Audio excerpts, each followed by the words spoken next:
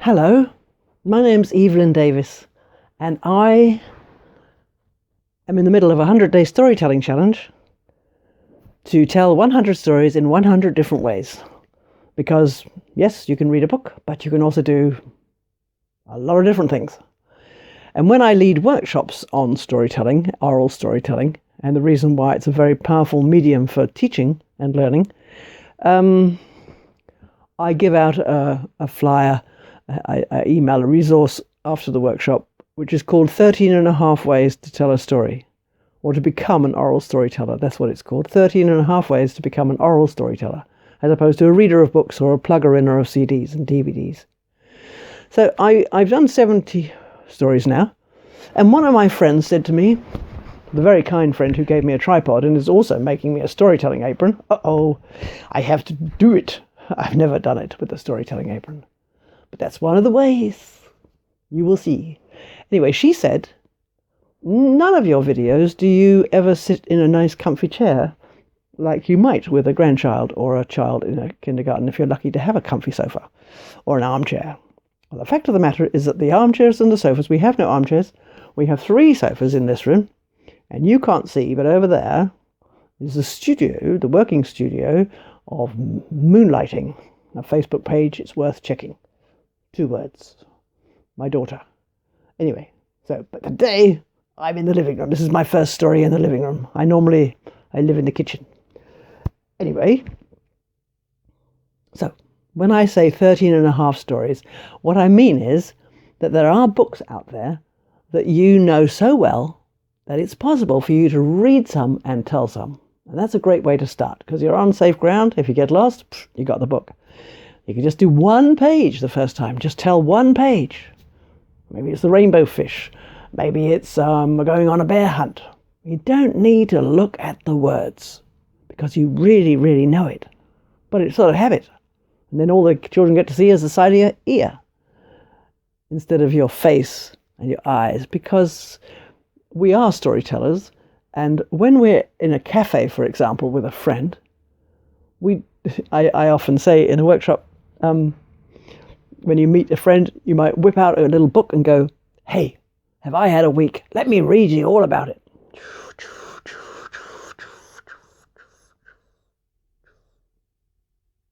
Well, that was it. Oh, she's gone. That's weird. I wonder why she's gone. That was such a good story. So you get my point. Yes, so the living story is a lot more engaging. And if you have trouble engaging your children while you've got your ear turned towards them and you're holding a book and reading the words, especially if you haven't learnt it beforehand, you will have trouble engaging them. But if you turn round and going, "Hey, this story reminds me of you, Matthew. Didn't you go eeling with your uncle one summer?" "Oh, yeah, you did. That's right. Well, this is a story which does have eeling in it." Anyway, so when you're in a cafe, you use your eyes, use your hands, use your mouth, use your body language, and you're engaged. And it's an interaction, a reciprocal and responsive relationship. Meaning you can ask questions. Sometimes I'll say, "Don't ask any questions because I lose my thread. I'm still learning how to do a story without a book, so don't interrupt me because afterwards, you can ask me afterwards." Yes? Good. Okay. So if I was in a childcare centre, I wouldn't hold the book in my lap, in my hands, because that way my hands aren't free. And I know from experience that when your hands aren't free, you can't do the same thing. Like, if you're at the cafe with your friend, you go, "Well, we went to the beach, and it was pretty hot, and we couldn't find a tree to lie under." So I just made that up, but I don't know. So, we went to the beach, and it was pretty hot. We couldn't find a tree to lie under. So, but there's a lot going on when you have your hands, and I've seen this it's a story in itself. It was just the most mind-blowing insight for me, because they were all holding pens and papers and notepads to take notes. So when I gave them a little task to talk to their neighbours, in one centre they didn't have notebooks in their hands at that point for some reason, and they were amazing. I wish I'd had a video, because they were interacting, they were smiling, they were laughing, their bodies were sort of mirroring each other, they were making eye contact. It was just the most alive and dynamic experience for me just to watch these 10 partners, 10 couples, sharing some story for a minute, 2 minutes, and then they swapped over. And when I did it the next night at a different centre, and they all had their notebooks, but I didn't realise that at the time it made any difference, and they did it. And then I said, after a minute, I said, well, you can change now. And a couple of them said, oh, we already did. And I'm going, whoa, what happened? They aren't warmed up, they aren't alive, they're not happy, nothing happened. There was no magic. And then I saw it. I really pleased myself that I saw it, because I thought, oh, yeah, put your books and your pens down. And now I gave them a different task, and they did it again. And this time, the eyes, the hands, the body, the heart, the mirroring, the limbic neurons, whatever it is. What is it called? Never mind. Yeah, and it was simply that their hands were not free. You know, one of them cried, and I couldn't shut them up. They hadn't finished. And, you know, it was just amazing, all because they had their hands free. So there you go. Which is why, if I was in a daycare, I wouldn't hold the book while I told this. So what I have to do is get my yoga bolster, which is why I'm wearing a skirt. So I can put my yoga bolster there like that, and I put my leg out like that, and then I've got a sort of a little shelf here. Okay. So the other thing is that if you're in a library, some of the videos I've seen from libraries is librarians will often do this. They go, oh, I should also mention, there's so many things I could tell you. I'm such a rabbiter, aren't I? Yes, I am. A librarian, they often say, you know, they'll go, so this is the book we're going to be reading. I'm going to be telling you, and you can read it later, because then they put it down, and then they tell the story, and they look directly at the camera, and they might use props. I don't know what they do. And at the end, they come back to the book, and of course the child is going. So it's all. The idea is that it's all in here. The same story is in here. So they get the book out, so they can see it again themselves and see the pictures, because they haven't even showed the pictures. Sometimes they do, and I'm going to. I hope you've got the whole picture. This is my third take. So when I hand out this resource called 13 and a half Ways to Tell a Story, this is the halfway. This is working with a book you already know. So you tell some and you read some. And this book has a particular significance for me because I haven't actually read it for 10 years. And I first shared it at a Met time when I was on practicum, which was 15 years ago in Ranui, and I was doing it the way I'm describing. So I had the book open, but I wasn't reading off the page. I had it resting on the whiteboard shelf. So I was talking about it to the children, and they had the picture reference if they wanted to. And they were very engaged.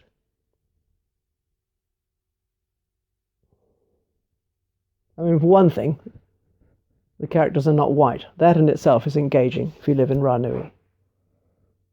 That may have been part of it, but I don't think it was the main part. I think the main part was that I really liked this story. And when I told it, especially the moving bit at the end, I could just feel this sort of shiver of sort of emotional connection with the story. It made all the hairs on my arms stand up with a sort of like, I relate to it. And that is a powerful thing for any story, that in some way it's powerful for you. It connects. There's some part of it that brings you joy or tells your story. So anyway, here we go. Right. This is a story about a girl called Kimmy.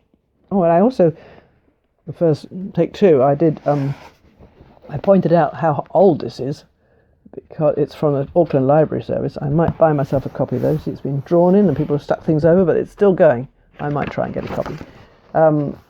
It's written by Miriam Smith of Ngāpuhi descent, who was born and educated in Hawke's Bay. And she wanted to write a book, and she did.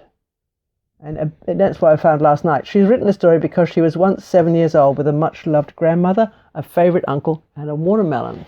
So that's another reason why this book has some oomph, because for her, it was a true story too. It's a true story for me, although it's not my story, but anyway, and it was, it tells you who drew it, the same guy that did The Lighthouse Keeper, and who published it, and who translated it into Te Reo, Sunny Wilson, from Mangere. Okay, here we go. Okay, here we go. There's a picture of the watermelon. The watermelon leaves and the little curly bits you get. Right. Kimmy lived up north with her grandmother and her favourite Uncle Toe. And they lived in a little house in the country. And when this story begins, it's springtime. And there's Uncle Toe and there's Kimmy, and they're down at the river swimming and splashing and playing. And it's springtime, so all the trees are in flower, all the fruit trees. Because it might be a plum tree, it might be a pear tree, it might be an apple tree. I don't know, apples don't have that many flowers. But isn't that an amazing thing, that you can get fruit from flowers, like little pink flowers that you get on an apple tree, and then poof, they turn into great fat Granny Smiths. And the bees help. Oh yes, the bees are a big helper. So it's spring and everything's starting to come alive and things are growing and it's warm enough to go swimming. And Uncle Toe is going away to the city to work. Before he goes, he's been working very hard in the garden and making it ready for all the spring planting.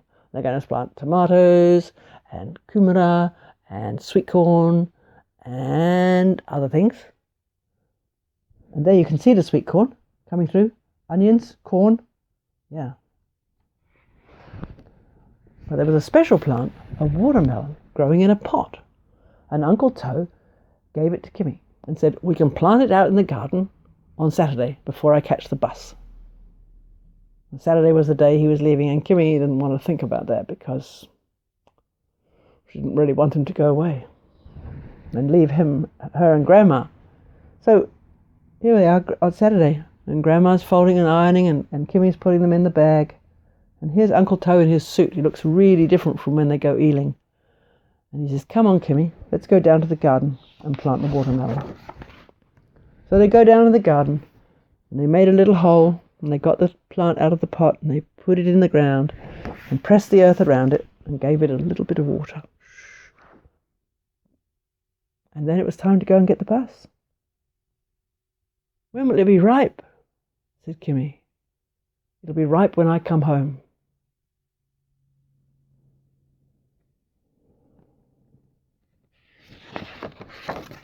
And so Grandma and Kimmy went down to the bus stop and waited for the bus. A big red bus that came by on the dusty road. And Uncle Toe climbed in. He went to the back so he could wave, and he waved out the window. And Kimmy and Grandma waved goodbye.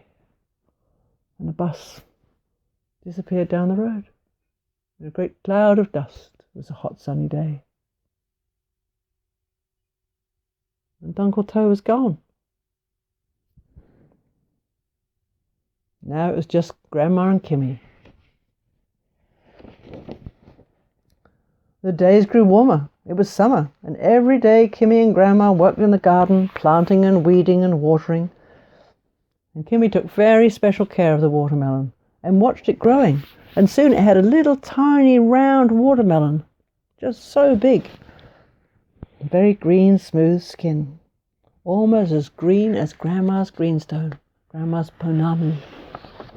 When the melon was small, Kimmy could lift it gently and see how heavy it was, very carefully so as not to bruise it or break its skin. But as the days went by, it got too heavy to lift, because she's only a little girl. She's 7, I think. Do you think the watermelon's ready to eat? Kimmy asked Grandma. It'll be ready to eat when Uncle Toe comes home. Summer passed. It was autumn. Kimmy helped her grandmother dig the kumara. They picked the tomatoes and laid the onions to dry in the warm sun. Now, when I did it on take 3 or 2, I demonstrated how that might be if I told you that bit instead of reading it. I just read it then and you saw my ear. So I don't know exactly, but I know it close enough. The summer passed, and then it was autumn. And Kimmy helped Grandma dig the kumaras, gather them up, put them in the kete. And they dug up the onions, and they dug up the potatoes. Well, they picked the tomatoes. I didn't know it, sorry. That's why I was trying to get it right. But it doesn't matter about right. It just matters that you give it a life. So summer passed, and then it was cooler, and the days were shorter, and it was autumn. And Kimmy helped Grandma to pull all the kumara out, dig it, and brush the dirt off, put it in the kete. And they picked the tomatoes, and they gathered the onions, and they put them to dry in the sun on the front porch. It was the time of harvest. And you add to it, you know. You add stuff. Oh, this was a good one for adding to. The corn was ready. Kimmy remembered how much Uncle Toe loved corn, almost as much as he loved watermelon. I love corn too. Oh, sweet and hot and butter on it and a bit of salt. Is that how you like it? And then you can eat it like this. You pretend. Go on, let's all do it. Just go zoom like a little combine harvester. And then there's butter all down your chin and bits of corn between your teeth. But it's so delicious, isn't it? I love sweet corn. Do I love watermelon as much? No, I like sweet corn better. But Uncle Toe liked watermelon better than sweet corn. Just a little bit more. All that pink sweet. Depends how sweet it is. Sometimes they're very sweet. So sweet corn, isn't it? There, the colour had changed on the watermelon. It was a softer green now with a little shade of yellow at the top. Sometimes Kimmy lay down in the warm soil, on the warm soil, and put her head against the side of the watermelon and could feel that smooth green skin of the watermelon on her skin. And she thought of Uncle Toe. Grandma had picked all the apples from the tree in the paddock. I shall put them away for the winter, she said. Winter? Said Kimmy. Is winter already here? The days are getting very short and cooler, said Grandma. That afternoon, Kimmy sat on the gate and waited for the big red bus. Perhaps Uncle Toe would come back. Perhaps today was the day he would get off the bus. But the bus came along the dusty road and roared past her. For a long time she just sat on the gate and looked down the road.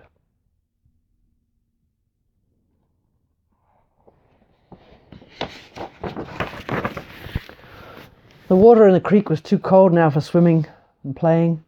Grandma and Kimmy didn't work outside very much anymore, and the leaves on the watermelon had withered and shriveled up and got small and dry. When will it be ready? Asked Kimmy. When Uncle Toe comes home, said Grandma. And from the window Kimmy could see that the apple tree had lost all its leaves. There could be a frost tonight, said Grandma. And that night when Kimmy lay in bed, she thought of Uncle Toe and how long it was, and he was gone in the city in his big blue suit on the bus. Would he ever come back? She cried that night when she lay in bed. Whiteboards are easier. When Kimmy woke up in the morning, Grandma was singing, and it was a long time since Kimmy had heard Grandma singing. She could smell the smell of good things cooking. And then she looked out the window. The watermelon was gone. The leaves are there, but there's no watermelon. She's looking out the window. Now you see this. If I had a bendy book, I wouldn't let you see the other picture. Well, I'll put my hand there. She rushed to the kitchen to tell Grandma. Grandma, the watermelon's gone. The watermelon's gone and Uncle Toe's not home. But just then the door opened, and there was Uncle Toe. And right then, my voice catches. Then the hair set up on my hands, my arms, and little tears prick at the back. That's how good stories are. They touch you. They're real. They're about people. And in the doorway stood Uncle Toe. He had a big smile on his face, and in his arms he carried the watermelon.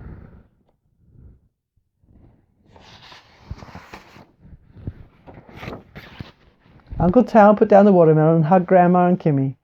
It's good to be home, he said. I've missed you both. We've missed you too, said Kimmy. Last night I thought you'd never come home. Well, here I am, said Uncle Toe. And you are such a good gardener. This is the biggest watermelon I've ever seen.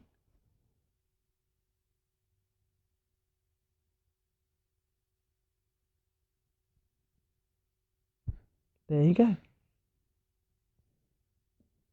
Good luck. Tell me how it goes.